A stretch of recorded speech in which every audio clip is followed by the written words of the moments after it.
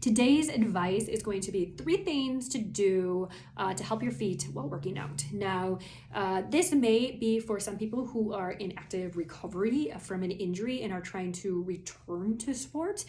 This advice is for you. This is also for people who are just trying to avoid an injury, who maybe have had injuries in the past. So listen closely. These are simple but very important tips. So number 1 is pick the right shoe. Now, that might sound really obvious, but what's not obvious is what is the right shoe. There are so many different athletic shoes out there, and I mean, you can get lost trying to figure out what is appropriate. So the first thing to focus on is what activity are you doing, and then choosing what shoe is appropriate for that activity. And then once you narrow that down, then you try to choose which then style is appropriate for your foot. And it is not uncommon that you're going to need to go to a professional shoe store, and there are a couple in the area that work a lot with our patients that do a great job that help to coach you through what the right shoe is. Now, don't skip this part. You know, some people will think like, oh, I have an athletic shoe and I'm just going to wear that. And then you're going to go to the gym and do all these different things. And the wrong shoe can really lead to a lot of problems.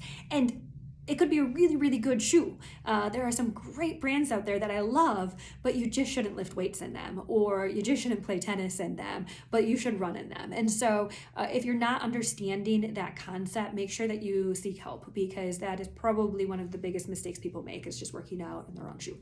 Now, number 2 is don't skip the stretch and warm up. So our feet have a lot of bones, a lot of ligaments, a lot of muscles attached to it. The biggest power forces in our foot come from muscles in the leg. So, you know, stretching out your calf and then the whole chain up is really important to help decrease some of that fatigue that you might use. Those feet, remember, are the platform to this activity. And so if you are, you know, constraining or putting abnormal forces, it's just a ripple effect all the way up, and you don't want to injure your back and all these other things. And so make sure you do proper warm-ups, cool downs, and don't forget to add in that stretching. A lot of us are like, yes, I finished the workout, and we kind of go on with life. You know, take the 5 minutes to give yourself some good stretches. Number 3 is socks, and this is actually quite important. So there's, once again, a lot of different socks options out there. 100% cotton is the bad guy in the room, so we want to stay away from that. It holds on to moisture. It's going to promote blisters more than other socks, and so just go ahead. 100% cotton is out the door at this point. I prefer something that's multi-fiber, so something with a variety of different materials together, trying to stick with less than 50% cotton. You know, nylon, depending on the activity, you might be getting more friction or be more blister prone, especially for the longevity if you're a long distance runner. Some socks now come with some great compression built into them, which can be very helpful, especially as we get older. Our regulation of swelling just really starts to slow down and dissipate. So having that added compression to assist those muscles, it helps with recovery, it helps decrease fatigue.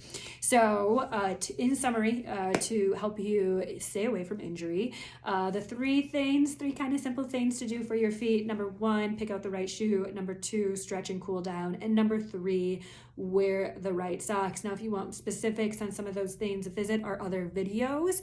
And if you're suffering from foot pain and trying to get active again, go ahead and give us a call at Third Coast Foot and Ankle. Myself, Dr. Meyer, and our other doctors are very well equipped to help you through your pain.